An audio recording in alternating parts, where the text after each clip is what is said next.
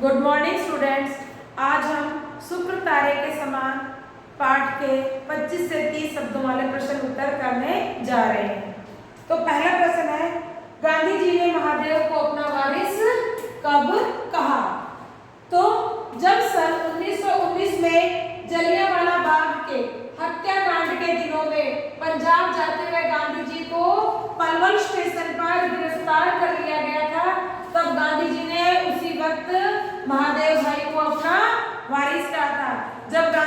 जब पंजाब में जलियांवाला बाग में हत्याकांड हुआ, तब गांधी जी पंजाब जा रहे थे, परंतु उन्हें जाने नहीं दिया गया और पलवल स्टेशन पर उन्हें गिरफ्तार कर लिया गया था। तब गांधी जी ने महादेव को अपना वारिस कहा था। अगला प्रश्न है, गांधी जी से मिलने आने वालों के लिए महादेव भाई क्या करते थे? जो गांधी जी से मिलने आते थे, पहले वो महादेव भाई से मिलते थे, तब महादेव भाई क्या करते थे?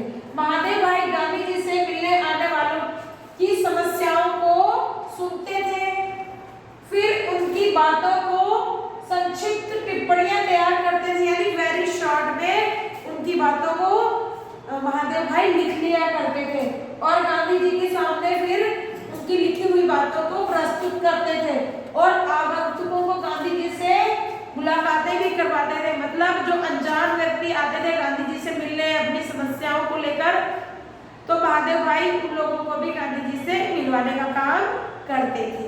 अब अगला प्रश्न, बच्चों अब हम प्रश्न नंबर 3 करेंगे। तीसरा प्रश्न है, महादेव भाई की साहित्यिक देन क्या है? तो मतलब महादेव भाई ने लिटरेचर में क्या क्या लिखा?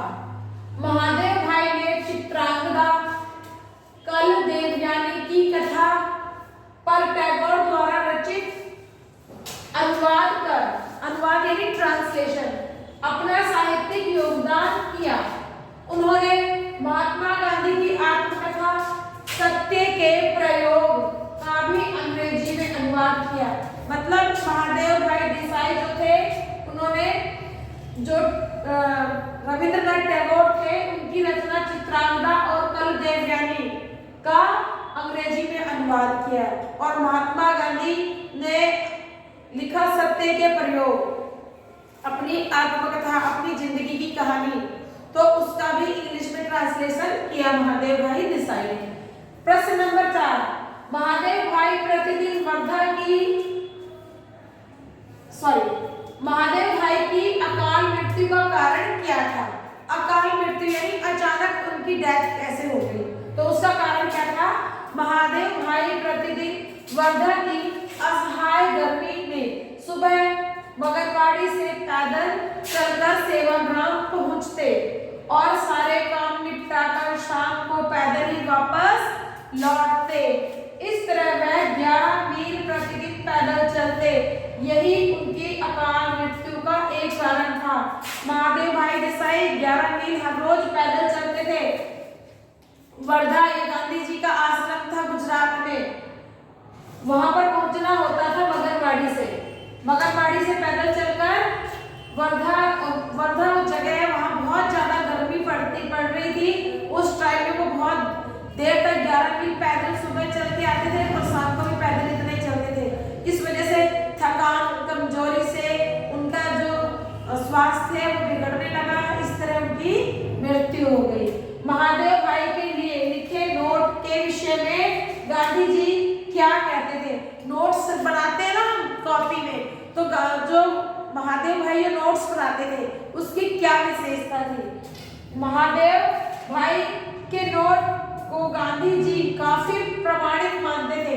मतलब महादेव भाई जो नोट्स लिख देते थे, गांधी जी कहते थे, उनको इतना विश्वास था महादेव भाई पर कि ये जो नोट्स लिखे हैं ये बिल्कुल सही होंगे, इनमें कोई गलती नहीं होगी। इसलिए वे अन्य लोगों के लिखे हुए नोट को महादेव भाई के नोट से मिलाने को कहते। दूसरे लोगों को कहते थे महादेव भाई के नोट्स से अपने नोट्स को मिला लो, क्योंकि गांधी जी को विश्वास था महादेव के नोट्स में गलती नहीं निकलेगी पर दूसरों के नोट्स में निकल सकती है, जिससे उसमें कथात्मक और वर्तनी संबंधी अशुद्धियां या न के बराबर रहे।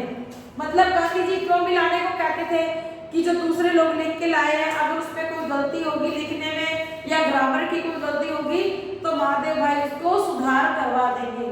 तो बच्चों हमारे वेरी शॉर्ट वाले हमने कल कर लिए थे, अब 25 से 30 शब्दों वाले ये प्रश्न उत्तर है, ये आप अपनी फेयर कॉपी में कर लेना और मैं आपको इसका PDF भेज दूंगी।